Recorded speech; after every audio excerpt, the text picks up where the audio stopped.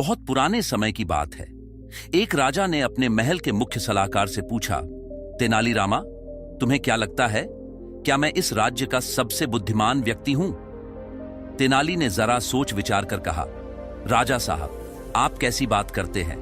आप तो इस नगर के राजा हैं, तो सबसे बुद्धिमान आप ही हुए। राजा ने कहा, नहीं, राजपाट तो मुझे विरासत में मिला है, लेकिन बुद्धि विरासत में नहीं मिलती। सत्य सत्य बताओ कि क्या मैं बुद्धिमान हूं? तेनाली ने कहा, नहीं राजा साहब, आप इस नगर के सबसे बुद्धिमान व्यक्ति नहीं हैं। यह बात सुनकर राजा को गुस्सा आ गया, लेकिन राजा ने गुस्सा किया नहीं, क्योंकि राजा को पता था कि बुद्धिमान व्यक्ति कभी बिना वजह गुस्सा नहीं करता है। राजा ने कहा, तो तुम ही बताओ कि एक बुद्धिमान आदमी कैसा होता है?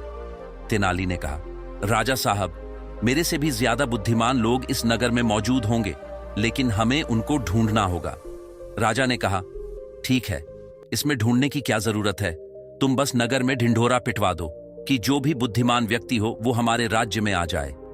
यह सुनकर तेनाली ने कहा, राजा साहब, एक बुद्धिमान व्यक्ति कभी भी अपने आप को बुद्धिमान नहीं कहता है, इसलिए हम अगर ढिंढोरा पिटवा भी देंगे तो हमारा महल मूर्खों से भर जाएगा, क्योंकि एक मूर्ख व्यक्ति ही अपने आप को बुद्धिमान कहेगा, इसलिए हमें कोई और रास्ता खोजना होगा।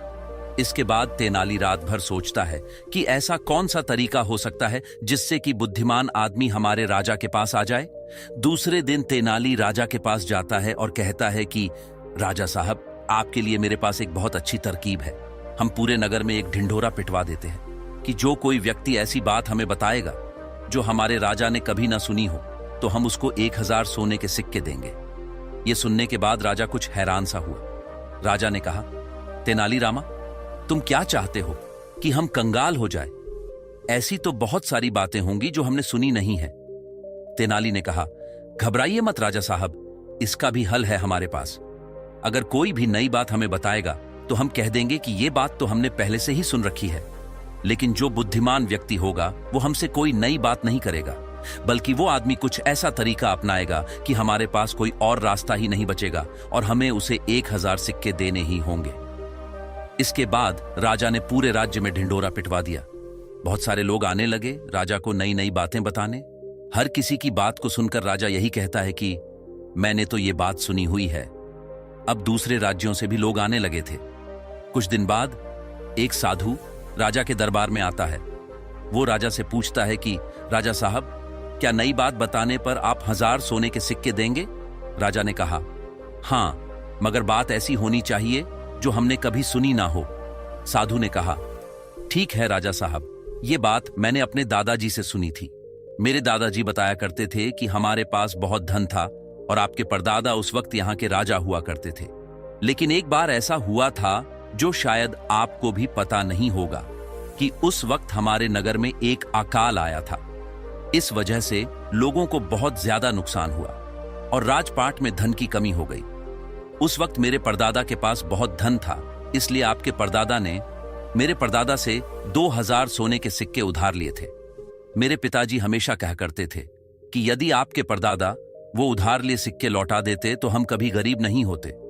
अब देखिए राजा साहब, मेरे परदादा ने आपके परदादा की मदद की, इसलिए हम गरीब हो गए और इसी कारण से मैं साधु बन गया। मुझे पता था कि यदि मैं आपके पास आऊंगा तो आप मुझे कभी वो सिक्के वापस नहीं देंगे, क्योंकि आपने तो कभी ये बात सुनी ही नहीं। लेकिन जब आपने कहा कि कोई नई बात मुझे बताएगा तो 1000 सिक्के मिलेंगे, इसलिए मैं आपको ये बातें बताने आ गया। अब ये बात सुनने के बाद तेनाली को पता चल गया कि ये साधु इस नगर का सबसे बुद्धिमान व्यक्ति है, क्योंकि अब राजा फंस चुके थे। राजा अगर ये कहते हैं कि ये बात मैंने नहीं सुनी, तो शर्त के मुताबिक 1000 सिक्के उस आदमी को देने होंगे, और यदि राजा ये कह दे कि ये बात तो मैंने पहले से सुन रखी है, तो फिर तो 2000 सिक्के उसे देने होंगे। अब राजा भी समझ चुका था और मन ही मन हंस भी रहा था कि इस बुद्धिमान आदमी ने किस तरह हमें फंसाया है। उसके बाद राजा ने उस साधु से कहा, गुरुजी, मान गए आपकी बुद्धि को। दरअसल हम इस नगर के सबसे बुद्धिमान व्यक्ति की तलाश कर रहे थे और इसलिए हमने ऐसी शर्त रखी और आज हमें वो व्यक्ति मिल ही गया। इस छोटी सी कहानी से हमें बहुत गहरी सीख मिलती है। वैसे तो बुद्धिमान आदमी को पहचानना काफी मुश्किल होता है, क्योंकि बुद्धिमान और मूर्ख व्यक्ति एक जैसे ही दिखते जरूर है, लेकिन दोनों में बहुत फर्क होता है। कुछ ऐसी बातें हैं जिससे आप एक बुद्धिमान व्यक्ति का पता लगा सकते हैं, और यदि ये गुण आपके अंदर है तो आप एक बुद्धिमान आदमी हो। बुद्धिमान आदमी का सबसे पहला गुण होता है कि वो हर काम को समय के अनुसार करता है, फालतू समय को भी उपयोग में ले लेता है, और इसके लिए वो सबसे महत्वपूर्ण कामों को सबसे पहले करता है। बुद्धिमान लोग हमेशा समय को धन से अधिक महत्व देते हैं, क्योंकि वो लोग इस बात को अच्छे से समझते हैं कि इस दुनिया में समय ही वो चीज है जो सबसे निश्चित मात्रा में है। इसलिए वो हर काम की सूची बनाते हैं और उसे समय पर पूरा करने का प्रयास करते हैं। बुद्धिमान लोग आलसी नहीं होते, वो अपने काम को नहीं टालते और आलस्य को अपना शत्रु मानते हैं। ये काम को टालने की आदत ही है जो इंसान को कभी आगे नहीं जाने देती। दूसरा गुण जो एक बुद्धिमान व्यक्ति के पास होता है कि वो किसी के लिए मन में कोई बैर नहीं पालते। उन्हें कभी किसी से कोई शिकायत नहीं होती। वो जानते हैं कि इंसान गलतियों का पुतला होता है, इसलिए माफ कर देना ही इंसान का सबसे प्रभावशाली गुण होता है। यदि बुद्धिमान आदमी के सामने कोई गलती भी कर देता है तो वो उनको सिर्फ समझाता है, ना कि उस पर गुस्सा करता है। यदि एक बुद्धिमान व्यक्ति से गलती हो भी जाए तो उसे पता होता है कि ये गलती मैं एक ही बार करूंगी, मैं इस गलती से सीखूंगा और उसे कभी दोहराऊंगा नहीं। तीसरा गुण है कि वो कभी गुस्से में फैसला नहीं लेता और ना ही कभी ज्यादा खुशी में कोई फैसला लेता है, क्योंकि उसे पता है कि ऐसे समय में लिया गया फैसला कभी फायदा नहीं पहुंचाएगा। इसीलिए जब बुद्धिमान आदमी कोई फैसला लेता है तो वो शांत मन से पहले सोच विचार करता है और उसके बाद ही कोई फैसला लेता है। चौथा गुण है कि एक बुद्धिमान व्यक्ति अपने मन की बातें किसी को नहीं बताते। बुद्धिमान लोग इस बात को जानते हैं कि आज जो हमारा मित्र है वो कभी भी हमारा शत्रु बन सकता है, इसलिए वो अपनी व्यक्तिगत बातें, अपनी ताकत, अपनी कमजोरियां किसी को जाहिर नहीं करते। पांचवा गुण एक बुद्धिमान व्यक्ति में यह होता है कि वो सब लोगों से बातचीत करते हैं। वो ऐसा इसलिए करते हैं ताकि हर किसी का तजुर्बा सीखने को मिल जाए। इस बात को वो भली भांति समझते हैं कि किसी भी क्षेत्र का एक सफल व्यक्ति उसे कुछ ही मिनटों में वो सिखा सकता है, जिसे सीखने में वैसे उसे सालों लग जाते।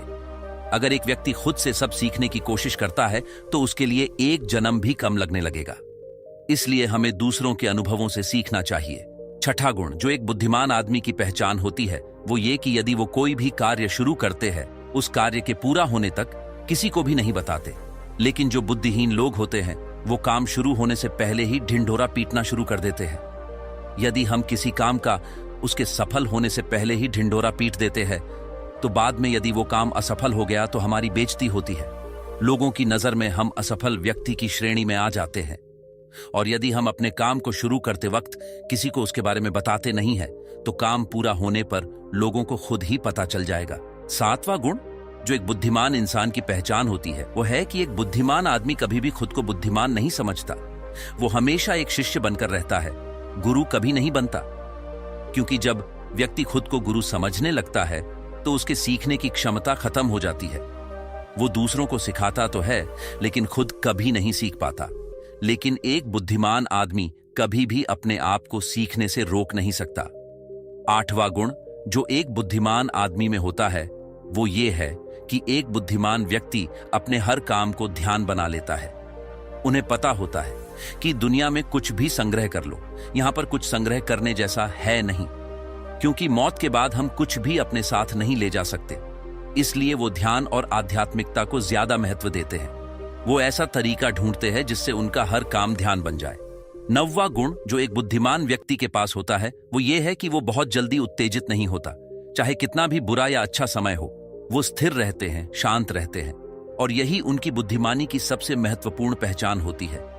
एक बुद्धिमान व्यक्ति को यह पता है कि समय हमेशा बदलता रहता है, यही समय की फितरत है। इसलिए वो दोनों पहलू को सोचकर चलता है। उम्मीद करते हैं आज की ये कहानी आपको पसंद आई होगी। वीडियो पसंद आया तो चैनल को सब्सक्राइब और वीडियो को लाइक और शेयर जरूर